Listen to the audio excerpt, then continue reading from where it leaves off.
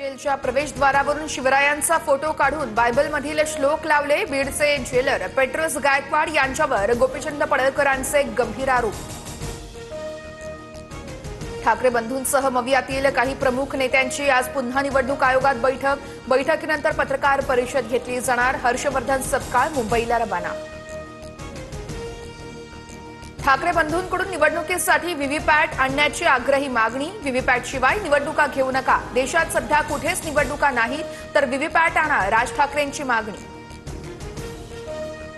राज्यातील 29 महापालिकांच्या निवडणुकीसाठी मतदार यादी तयार करण्याचा कार्यक्रम जाहीर। डिसेंबर अखेरीस किंवा जानेवारीपर्यंत निवडणुका लागण्याची शक्यता। मतदार यादीत बदल करणं हे राज्य निवडणूक आयोगाच्या कार्यकक्षेत येत नाही। राज्य निवडणूक आयुक्त दिनेश वाघमारे यांचं स्पष्टीकरण। विधानसभेची मतदार यादीच स्थानिक निवडणुकांना लागू असणार। गडचिरोलीमध्ये नक्षल चळवळीला मोठा धक्का। 6 कोटींचं बक्षीस असलेल्या भूपतीसह 60 जणांचं आत्मसमर्पण।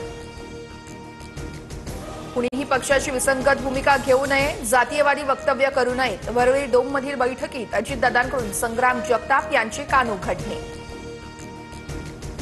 शिवसेनेतून बाहेर पडलेल्या शिवाजी सावंतांना फडणवीसांचा भेटीचा निरोप। फडणवीसांची आज अकलूजमध्ये शिवाजी सावंतांसोबत बैठक। शिवाजी सावंत यांचा भाजप प्रवेशाचा मुहूर्त ठरणार। अमरावती जिल्ह्यातील अनेक गावं मतदार यादीतून गायब। माजी सभापती शशिकांत मंगळेंचा आरोप, तर मंगळेंची जिल्हाधिकाऱ्यांकडे तक्रार। अजित पवारांकडून पुण्यात मेट्रोसह विविध कामांची पाहणी। पुणेकरांनी दादांसमोर आपल्या समस्याही मांडल्या।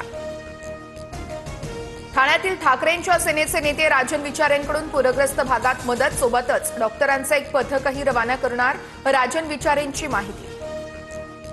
उद्धव ठाकरेंच्या हस्ते मनसेच्या दीपोत्सवाचं उद्घाटन होणार। 17 ऑक्टोबरला संध्याकाळी 6:30 वाजता उद्घाटनाचा सोहळा। निमंत्रण पत्रिका समोर। ओसी विरहित इमारतीत राहणाऱ्या हजारो कुटुंबांना दिलासा मिळणार। बीएमसीच्या अभय योजनेस राज्य सरकारचा हिरवा कंदील। अधिमूल्यात सवलत, दंडही माफ। दिवाळीपूर्वी घोषणेची शक्यता। पायाभूत कामांसाठी डोंबिवली स्थानकात आज विशेष ब्लॉक घेतला जाणार। आज रात्री 12:30 ते मध्यरात्री 3:30 दरम्यान ब्लॉक असणार। ब्लॉक कालावधीत लांब पल्ल्याच्या रेल्वेचं वेळापत्रक कोलमडणार। जिल्ह्यांना आज वादळी पावसाचा इशारा। पुणे, रत्नागिरी, सिंधुदुर्गसह जिल्ह्यांना पावसाचा येलो अलर्ट जारी। सोनं चांदी महागलं। सोन्याचे दर जीएसटीसह 1,30,000 रुपये प्रति तोळा, तर 3 हजारांची घसरण होत चांदीचे दर 1,91,000वर। सोनम वांगचूक प्रकरणी आज सुप्रीम कोर्टात महत्वाची सुनावणी। सोनम वांगचूक यांची अटक बेकायदेशीर, पत्नीची याचिका। परदेशात जायचं असल्यास आधी माफीचा साक्षीदार व्हा। शिल्पा शेट्टीला अजूनही हायकोर्टाकडून दिलासा नाहीच। पतीच्या कंपनीशी माझा संबंध नसल्याचं म्हणत 60 कोटी भरण्यास शिल्पाचा नकार।